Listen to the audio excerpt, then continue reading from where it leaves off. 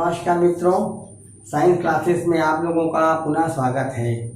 और हम हर्षित हैं कि आप लोग नियमित रूप से हमारी वीडियो को देखते हुए और आपके द्वारा हमें जानकारी भी प्राप्त होती है कुछ मित्रों के द्वारा कि आपको लाभ प्राप्त हो रहा है और आप गणित के क्षेत्र में एक एक कदम आगे बढ़ रहे हैं। अत्यंत खुशी की बात है। चलिए हम पुनः आते हैं अपने चैप्टर पर, क्लास 10 अध्याय 3 पर। तो आज हम बात करेंगे पुनः समीकरणों पर। हमने पिछली वीडियो के माध्यम से आप तक बहुत से समीकरण हल करके प्रेषित किए हैं। आज हम बात करेंगे द्विघात समीकरण का अनुप्रयोग। द्विघात समीकरण का हम कहाँ पर उसका प्रयोग होता है। देखिए, कभी कभी क्या होता है कि हमारे दैनिक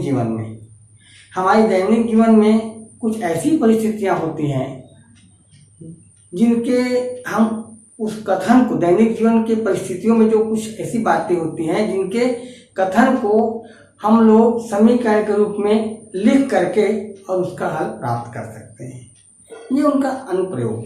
देखते हैं एक प्रश्न, जैसे कथन को हम समीकरण के रूप में कैसे लिखेंगे। यहाँ पर मैंने एक प्रश्न लिखा, एक व्यक्ति की वर्तमान आयु उसके पुत्र की वर्तमान आयु के वर्ग के बराबर है। देखिए, एक व्यक्ति की वर्तमान आयु उसके पुत्र की वर्तमान आयु के वर्ग के बराबर है यदि 1 वर्ष पहले पुत्र की आयु,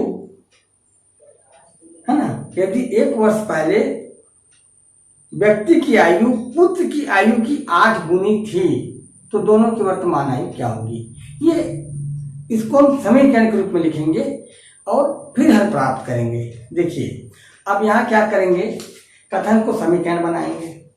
यहाँ पर ध्यान देंगे कि एक व्यक्ति की वर्तमान आयु उसके पुत्र की वर्तमान आयु के वर्ग के बराबर है। बच्चे कभी कभी क्या भूल करते हैं, यहाँ पर जैसे मानना रहता है कि माना कि पिता की आयु ये वर्ष है या पुत्र की आयु, ऐसे मानते हैं तो बच्चे यहीं पर थोड़ा सा भ्रमित हो जाते हैं कि हमको मानना किसका है, पिता का मानना पड़ेगा या पुत्र का मानना पड़ेगा। तो यहाँ पर देखिए, हमको मानना किसको है, इसको देखते हैं। तो पुनः प्रश्न को हम लोग, यदि ऐसी स्थिति बनती है तो आप लोग प्रश्न को पुनः पढ़िएगा।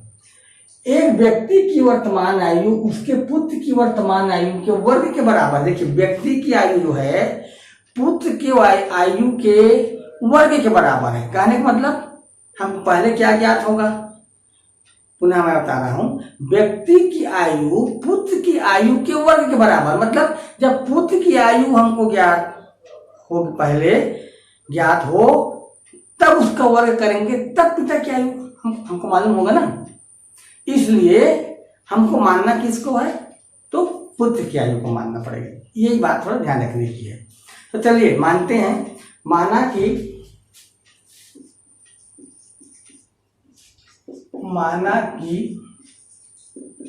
पुत्र की आयु 100 वर्ष है ना। माना कि पुत्र की आयु 100 वर्ष है। देखिए, हमने मान लिया, माना कि पुत्र की आयु 100 वर्ष है। अब प्रश्न में क्या कहा है, पुत्र की आयु के वर्ग के बराबर पिता की आयु है। हाँ, पुत्र की आयु के वर्ग के बराबर पिता की आयु है।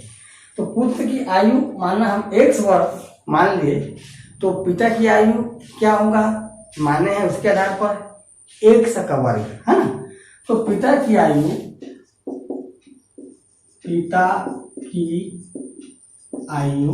यहाँ पर बराबर कर सकते हैं, बराबर x वर्ग वर्ष। ये देखिए, पिता की आयु पुत्र की आयु के बराबर हो गया।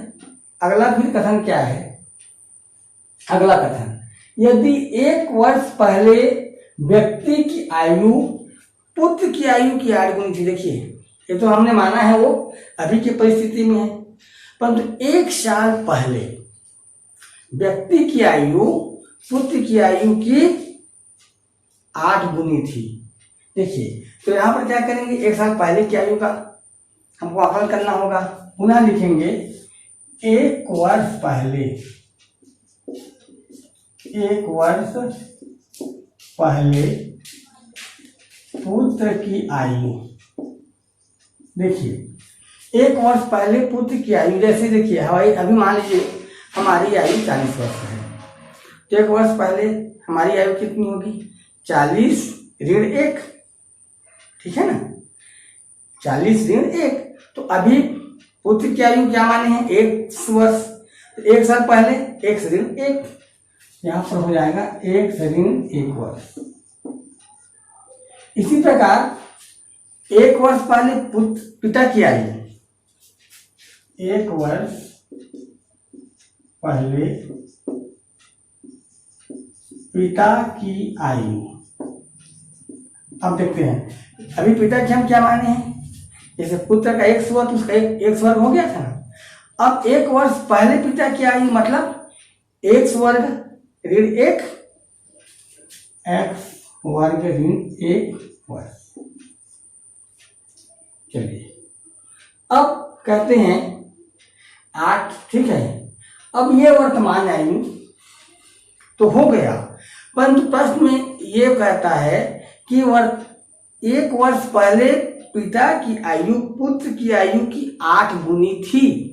देखिए प्रश्न के अनुसार 1 वर्ष पहले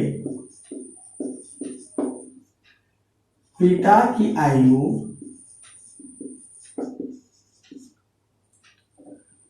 पुत्र की आयु से 8 गुनी थी। मतलब देखिए यहां पर यह हो जाएगा पिता की आयु और पुत्र की आयु, ठीक है ना। तो पुत्र की आयु और बराबर पिता की आयु,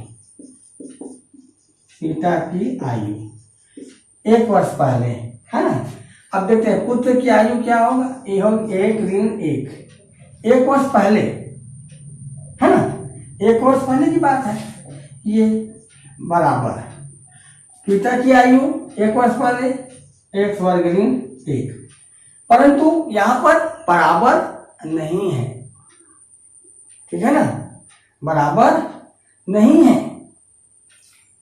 क्यों नहीं है, क्योंकि ये कह रहा है कि 1 साल पहले 1 वर्ष पहले पिता की आयु पुत्र की आयु की 8 गुनी थी।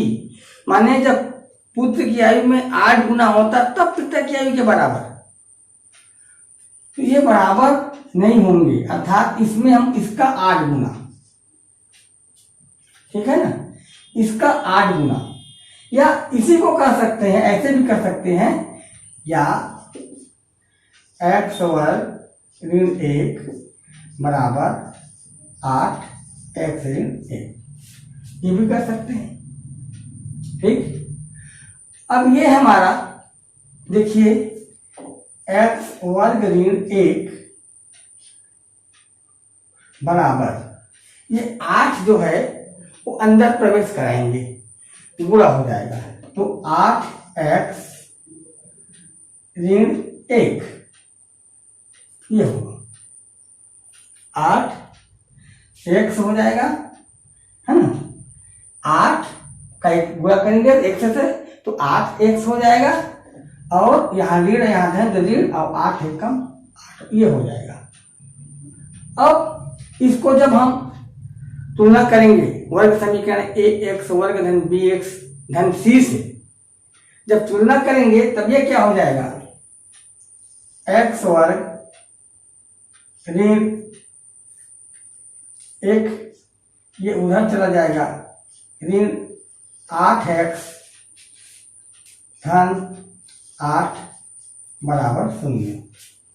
फिर आगे बढ़ेंगे तो देखेंगे ये हमारा हो जाएगा x वर्ग ऋण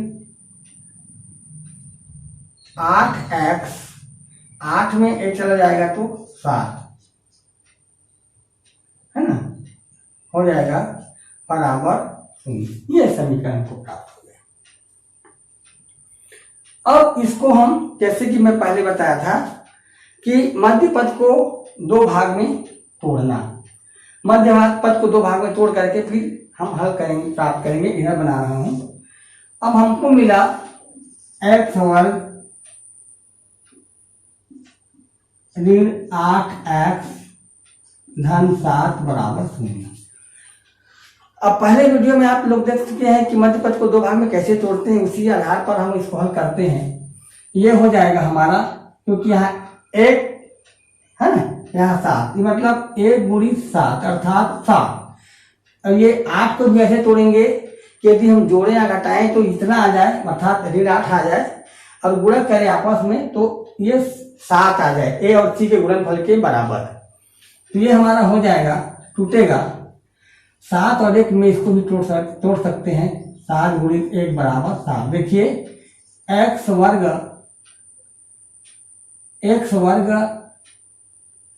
ऋण 7x है ना, ऐसा कर सकते हैं। या फिर x वर्ग ऋण x ऋण 7x बराबर 0।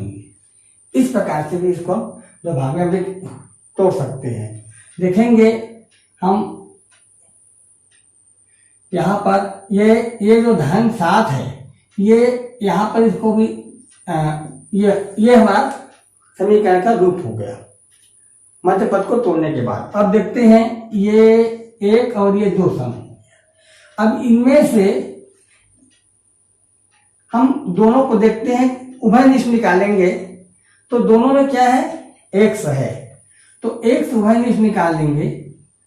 और उभयनिष्ठ निकालेंगे तो हमारे पास यहाँ x बच जाएगा और यहाँ पर बच जाएगा, क्योंकि 1 निकल गया, x निकल गया, हमारे पास x में x का भाग देंगे, भागफल 1 आएगा, अर्थात यहाँ पर 1 बचेगा। यहाँ पर देखते हैं दोनों में क्या है, तो दोनों यहाँ पर 7 है, तो हमारा ये 7 निकल जाएगा, ऋण 7। यहाँ पर हमारा 1 से बचेगा, ये ऋण अंदर प्लस हो गई, 1 होगा, और 7 में 7 का भाग देंगे तो 1 बच जाएगा, प्यारा 0। अब सामान्य उभयनिष्ठ निकालेंगे यहाँ पर, तो x ऋण 1 और x ऋण 7, ये दो मान हमको प्राप्त हो गए, बराबर 0। अब देखते हैं x ऋण 1 बराबर 0, तो x बराबर 1। उसी प्रकार x ऋण 7 बराबर 0, तो x बराबर 7। अब x के दो मान प्राप्त हुए हमें, 1 और 7। तो आयु है 1 वर्ष, तो हो नहीं सकती, इसलिए अपन 7 को स्वीकार कर लेंगे। तो x बराबर 7 को हम स्वीकार करेंगे। अब एक चीज को माने थे, पुत्र की आयु को, तो पुत्र की आयु को हम 1 माने थे, पुत्र की आयु को 1 माने थे, इसके बराबर हमको 7 प्राप्त हुआ, 7 वर्ष। अब प्रश्न में पुनः आते हैं, क्या कहा था कि पुत्र की आयु के वर्ग के बराबर पिता की आयु, अर्थात पिता की आयु पुत्र की आयु के वर्ग के बराबर है। तो ये पुत्र की आयु हमको प्राप्त हो गया 7 वर्ष, उसका वर्ग कर देंगे तो पिता का भी प्राप्त हो जाएगा। अब पिता की आयु यहाँ पर माने भी थे, यहीं पर ये पिता की आयु बराबर 100 वर्ष, यहाँ पर 100 का मान रख देंगे वही, तो ये हो जाएगा 7 का वर्ग, अर्थात 7 × 7 = 49 वर्ष। इस प्रकार से पिता की आयु 49 वर्ष और पुत्र की आयु बराबर 7 वर्ष, ये हमको प्राप्त हुआ। इस प्रकार से हम किसी भी दैनिक जीवन से जो जुड़ी हुई कुछ परिस्थितियां हैं, उनके कथन हैं, उन कथनों को हम समीकरण का रूप दे सकते हैं और उसका हल प्राप्त कर सकते हैं। अभी मैंने द्विघात समीकरण का अनुप्रयोग करके एक सवाल हल करके आप तक प्रेषित करने का प्रयास किया, निश्चित ही आपको समझ में आया होगा। और मैं चाहूँगा कि आप नियमित रूप से हमारे वीडियो को देखिए, आगे बढ़िए। यदि आप हमारे चैनल में पहले हैं तो सब्सक्राइब कीजिए, लाइक कीजिए।